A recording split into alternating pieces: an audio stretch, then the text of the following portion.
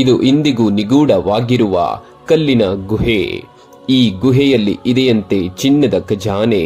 ಬ್ರಿಟಿಷರು ಕೂಡ ಈ ಇಡೀ ಗುಹೆಯನ್ನು ಒಡೆಯಲು ನೋಡಿದ್ರೂ ಸಹ ಅದು ಸಾಧ್ಯವಾಗಿರಲಿಲ್ಲ.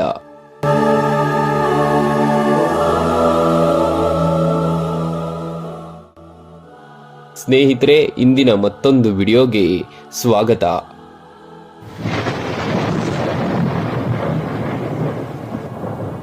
ಬಿಹಾರದ ಸಣ್ಣ ಊರು ರಾಜ್ಗೀರ್. ಇದು ಮಗಧರ ರಾಜಧಾನಿಯೂ ಆಗಿತ್ತು. ಭಗವಾನ್ ಬುದ್ಧ ಸಾಮ್ರಾಟ್ ಬಿಂಬಿಸಾರನಿಗೆ ಧರ್ಮೋಪದೇಶ ನೀಡಿದ್ದು ಇಲ್ಲೇ. ಇಂತಹ ಊರಿನಲ್ಲಿ ಒಂದು ಅಪೂರ್ವ ಜಾಗ ಇದೆ. ಇದು ಇಂದಿಗೂ ನಿಗೂಢವಾಗಿಯೇ ಉಳಿದಿದೆ. ಶತಶತಮಾನಗಳಿಂದ ಈ ಜಾಗದ ರಹಸ್ಯ ಭೇದಿಸಲು ಹೊರಟರು. ಅದು ಇದುವರೆಗೆ ಸಾಧ್ಯವಾಗಿರಲಿಲ್ಲ. ಇದು ಅಂತಿಂತ ಜಾಗವಲ್ಲ, ಬಂಗಾರದ ಖಜಾನೆ ಇದೆ ಎಂದು ಇಂದಿಗೂ ನಂಬಲಾಗಿರುವ ಬಹುದೊಡ್ಡ ರಹಸ್ಯವನ್ನು ತನ್ನೊಡಲಿನಲ್ಲಿ ಬಚ್ಚಿಟ್ಟಿರುವ ಕಲ್ಲಿನ ಕೃತಕ ಗುಹೆ.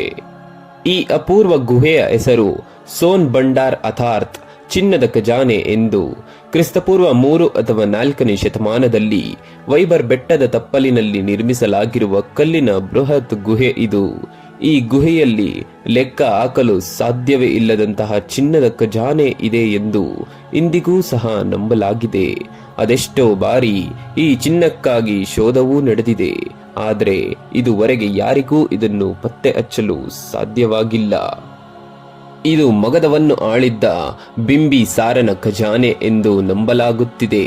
ಯಾಕೆಂದ್ರೆ ಈ ಗುಹೆಯ ಪಕ್ಕದಲ್ಲೇ ಒಂದು ಜೈಲಿನ ಅವಶೇಷಗಳಿವೆ. ಅದರಲ್ಲಿ ವೃದ್ಧ ಬಿಂಬಿಸಾರನನ್ನು ಅವನ ಸ್ವಂತ ಮಗ ಅಜಾತ ಶತ್ರು ರಾಜ್ಯದ ಆಸೆಯಿಂದ ಬಂಧಿಸಿಟ್ಟಿದ್ದ. ಕೊನೆಗೆ ಇಲ್ಲೇ ಈತ ಮರಣವನ್ನೂ ಸಹ ಹೊಂದಿದ್ದ ಎಂದು ಹೇಳಲಾಗುತ್ತೆ. ಆದರೆ ತನ್ನ ಆಡಳಿತಾವಧಿಯಲ್ಲಿ ಬಿಂಬಿಸಾರನು ತನ್ನ ಚಿನ್ನದ ಖಜಾನೆ ರಕ್ಷಿಸಲು ಈ ಗುಹೆಯನ್ನು ನಿರ್ಮಿಸಿದ ಎಂದು ಹೇಳಲಾಗುತ್ತೆ. ಇದೇ ಕಾರಣಕ್ಕೆ ಇಲ್ಲಿ 2 ಗುಹೆಗಳನ್ನು ನಿರ್ಮಿಸಲಾಗಿತ್ತು. ಇದರಲ್ಲಿ ಮೊದಲ ಗುಹೆಯಲ್ಲಿ ಸೈನಿಕರು ಪಹರೆ ಕಾಯುತ್ತಿದ್ದರೆ, 2ನೇ ಗುಹೆಯಲ್ಲಿ ಚಿನ್ನವನ್ನು ಬಚ್ಚಿಡಲಾಗುತ್ತಿತ್ತು. ಪುತ್ರ ಅಜಾತ ಶತ್ರು ತನ್ನ ತಂದೆ ಬಿಂಬಿಸಾರನನ್ನೇ ಬಂಧಿಸಿದ್ದ ಬಳಿಕ ಆತನ ತಾಯಿ ಅಂದರೆ ಬಿಂಬಿಸಾರನ ಪತ್ನಿ ಇನ್ನಷ್ಟು ಸಂಪತ್ತನ್ನು ತಂದು ಇಲ್ಲಿ ಇಟ್ಟಿದಾಗಿ ಎಂದು ನಂಬಲಾಗಿದೆ. ಹೀಗೆ ಇದ್ದ ಚಿನ್ನಗಳನ್ನೆಲ್ಲ ಇಲ್ಲಿನ ಇನ್ನೊಂದು ಗುಹೆಯಲ್ಲಿ ಬಚ್ಚಿಟ್ಟ ಬಳಿಕ ಆ ಗುಹೆಯ ಬಾಗಿಲನ್ನು ಬೃಹತ್ ಕಲ್ಲಿನಿಂದಲೇ ಮುಚ್ಚಲಾಗಿತ್ತು ಎನ್ನುತ್ತದೆ ಇತಿಹಾಸ.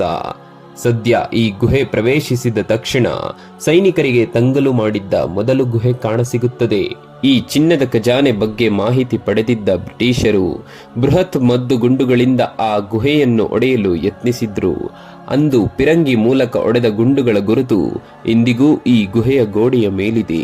ಆದರೆ ಎಷ್ಟು ಪ್ರಯತ್ನಿಸಿದ್ರೂ ಗುಹೆ ಒಡೆಯದೆ ಇದ್ದ ಬ್ರಿಟಿಷರು ತಮ್ಮ ಪ್ರಯತ್ನವನ್ನು ಕೈಬಿಟ್ಟಿರ್ತಾರೆ. ಈ ಗುಹೆಯ ಗೋಡೆಗಳಲ್ಲಿ ಸುಂದರವಾದ ಕೆತ್ತನೆಗಳೂ ಸಹ ಇವೆ.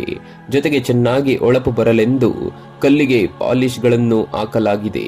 ಇಲ್ಲಿನ ಸೌಂದರ್ಯ ಮತ್ತು ಅನನ್ಯತೆಯು ಇದು ಹೆಚ್ಚಿಸಲು ಕಾರಣವಾಗಿದೆ. ಪ್ರಿಯ ವೀಕ್ಷಕರೇ, ಇಲ್ಲಿ ಚಿನ್ನದ ಖಜಾನೆ ಇದೆಯೋ ಇಲ್ಲವೋ ಅದು ಬೇರೆ ವಿಚಾರ. ಆದರೆ ಈ ಜಾಗ ಒಂದು ಪ್ರವಾಸಿ ತಾಣವಾಗಿ ಮಾರ್ಪಟ್ಟಿದೆ. ತನ್ನ ಸೌಂದರ್ಯದ ಮೂಲಕವೇ ಈ ಕಲ್ಲಿನ ಗುಹೆ ಪ್ರವಾಸಿಗರನ್ನು ತನ್ನತ್ತ ಇಂದಿಗೂ ಸೆಳೆಯುತ್ತಲೇ ಇದೆ. ಧನ್ಯವಾದಗಳು. ಜೈ ಕರ್ನಾಟಕ.